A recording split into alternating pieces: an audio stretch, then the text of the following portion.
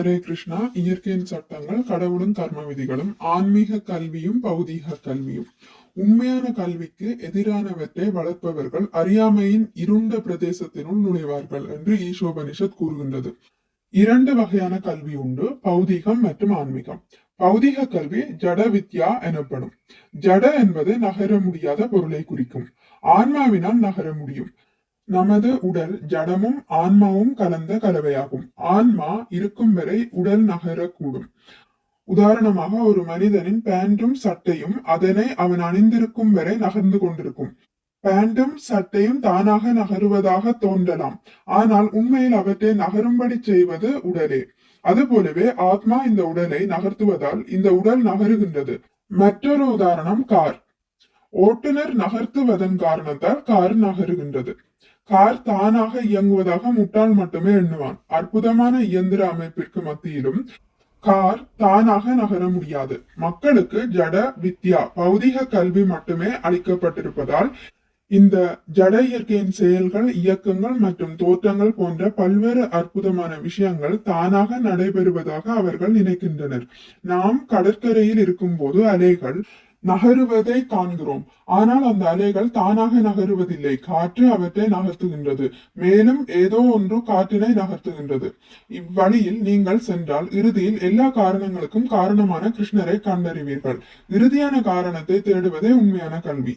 எனவே யாரெல்லாம் ஜட சக்தியின் வெளித்தோற்றங்களினால் கவரப்பட்டுள்ளனரோ அவர்கள் அவித்யாவினை, அதாவது அறியாமையினை வழிபடுவதாக ஈஷோபனிஷத் கூறுகின்றது.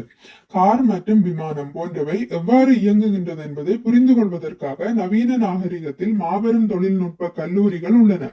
அதிகமான இயந்திரங்களை உற்பத்தி செய்வது எவ்வாறு என்பதை அவர்கள் படிக்கின்றனர். ஆனால் ஆத்மா எவ்வாறு இயங்குகின்றது என்பதை ஆராய்வதற்கான கல்வி நிறுவனம் எதுவும் இல்லை. உண்மையான இயக்குனரை பற்றி படிக்காமல் ஜடத்தின் வெளி இயக்கங்களை அவர்கள் படித்துக் கொண்டுள்ளனர். மஸ்ஸசூசெட்ஸ் என்ற தொழில்நுட்ப கல்லூரியில் நான் உரையாற்றிய போது மாணவர்களிடம் கேட்டேன், உடலை இயக்கக்கூடிய ஆத்மாவை பற்றி படிப்பதற்கான தொழில்நுட்பம் எங்கே? அவர்களிடம் அத்தகைய தொழில்நுட்பம் கிடையாது.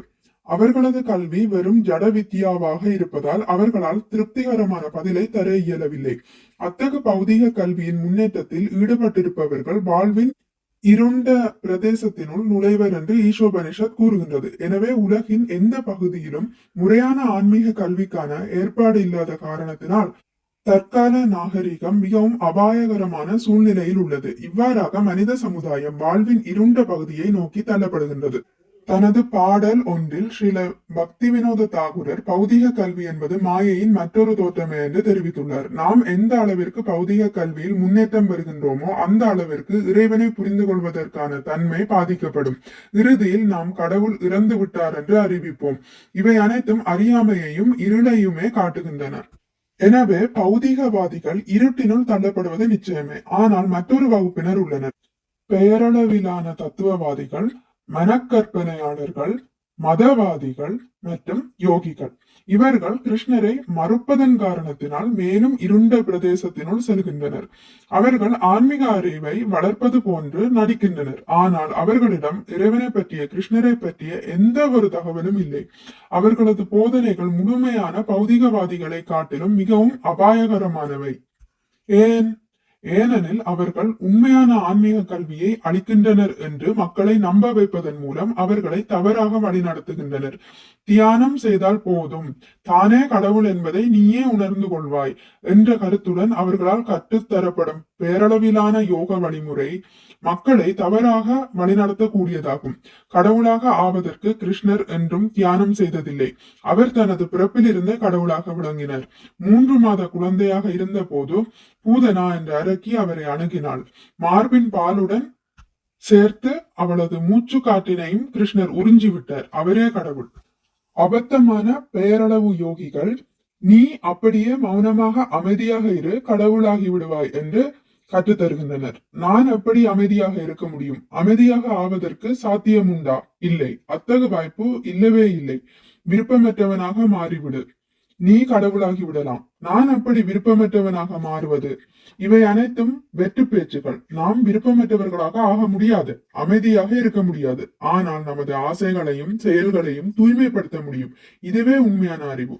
கிருஷ்ணருக்கு சேவை செய்வதை மட்டுமே நாம் விரும்ப வேண்டும். இதுவே தூய்மைப்படுத்தப்பட்ட விருப்பம். மௌனமாகவும் அமைதியாகவும் இருக்க முயற்சி செய்வதற்கு பதிலாக நாம் நமது செயல்களை கிருஷ்ணரது தொண்டிற்கு திசை திருப்ப வேண்டும். உயிர்வாளிகளான நமக்கு செயல்கள், விருப்பங்கள் மற்றும் அன்பு செலுத்தும் எண்ணம் ஆகியவை உண்டு.